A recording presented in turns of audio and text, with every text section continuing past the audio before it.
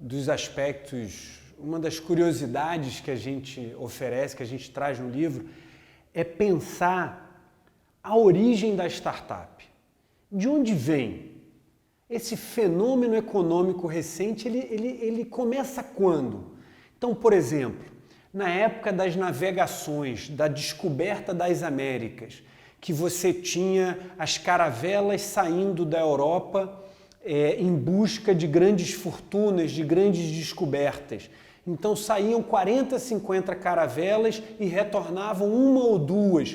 Mas essa uma ou duas que retornava, ela voltava com tanta riqueza que de alguma forma justificava aquela conta que os reis, que as famílias ricas financiavam. Isso é uma startup? Essa caravela é uma startup? Tem gente que diz que sim. Tem gente que diz que, olha, era risco, era inovador, você tinha um 40, 50 e voltava uma que com tanta riqueza justificava toda a matemática. Eu acredito que não. Eu acredito que a startup, como a gente conhece hoje, ela não vem da época das descobertas das Américas, ou das navegações, ou das Índias Orientais. A startup, na forma como a gente conhece ela hoje, ela surge no pós-Segunda Grande Guerra Mundial. Ela surge nos Estados Unidos, no momento em que havia um esforço de guerra muito grande.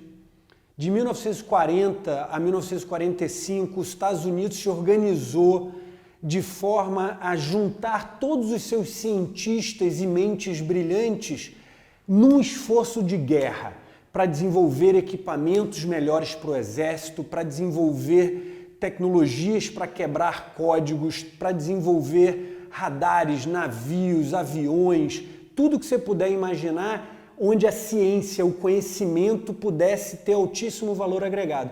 Então, durante a Segunda Guerra Mundial, os Estados Unidos derrama um universo muito grande de dinheiro, investe muito dinheiro, o governo americano investe muito dinheiro para gerar inovações dentro do esforço de guerra para ganhar a guerra. E ganhou-se a guerra. Então os aliados ganham a guerra e aí quando a guerra está ganha, você tem, de um lado, uma série de cientistas das mentes mais brilhantes do país, com pesquisas no estado da arte, que ficam pelo meio do caminho, porque a guerra acaba e você não tem mais o dinheiro público para levar aquelas pesquisas, aquelas inovações adiante. Então, o que fazer? Tem algumas lideranças nesse momento da academia, empresariais, que começam a desenhar e a pensar modelos de financiar essas pesquisas que ficaram pelo meio do caminho com o final da guerra. Como a gente poderia, enquanto iniciativa privada, financiar esses cientistas, essas inovações e levar aquilo adiante, sem o dinheiro público, mas com o financiamento privado. E isso acontece. Então, entre 1950 e 1960, começam a surgir modelos de financiamento tanto na costa oeste, em torno de Stanford, como na costa leste, em torno do MIT, Nova York, Vale do Silício, Stanford, Harvard no meio do caminho, uma série de outras universidades envolvidas e empresários para transformar aquele grupo de cientistas que antes estava financiado com o governo público para ser financiado com o governo privado e gerar inovações com impacto na sociedade e, claro, construção de riqueza. No momento que a iniciativa privada começa a financiar essas pesquisas, é para gerar riqueza, já não é mais para ganhar a guerra. Isso evolui e amadurece na década de 50 e 60. Na década de 70 e na década de 80, começa a ter os primeiros retornos. Então você tem investimentos feitos no início da década de 50, 60, nessas pesquisas que surgem a partir da guerra, que começam a dar retorno multimilionários, começa a dar retorno de 100 vezes o dinheiro investido.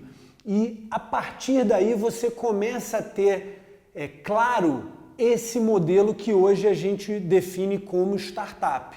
Então, é nos primórdios do pós-Segunda Grande Guerra que modelos de financiamento privado de pesquisas que ficaram sem financiamento público começam a ser desenhados e, alguns anos depois, geram retornos enormes com a construção de riqueza fantástica, gerando inovações sociais, inovações tecnológicas. E nesse aspecto é aí que a gente acha que é a origem da startup. A árvore genealógica da startup, ela surge a partir da Segunda Grande Guerra e se espalha pelo mundo. Os Estados Unidos no Vale do Silício, Israel se desdobra de outra forma em Tel Aviv, com um aspecto militar também muito presente.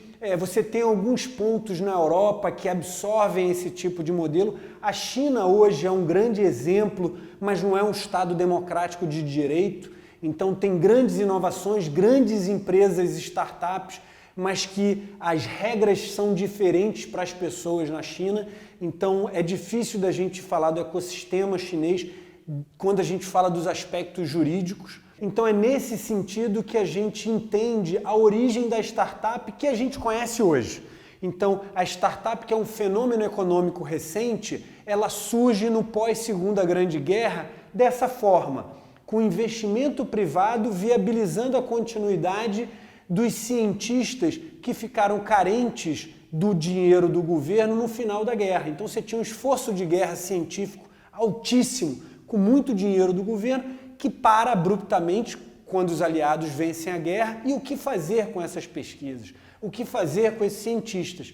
Muitos foram por outros caminhos, mas alguns começam a desenhar o que hoje a gente chama de startup.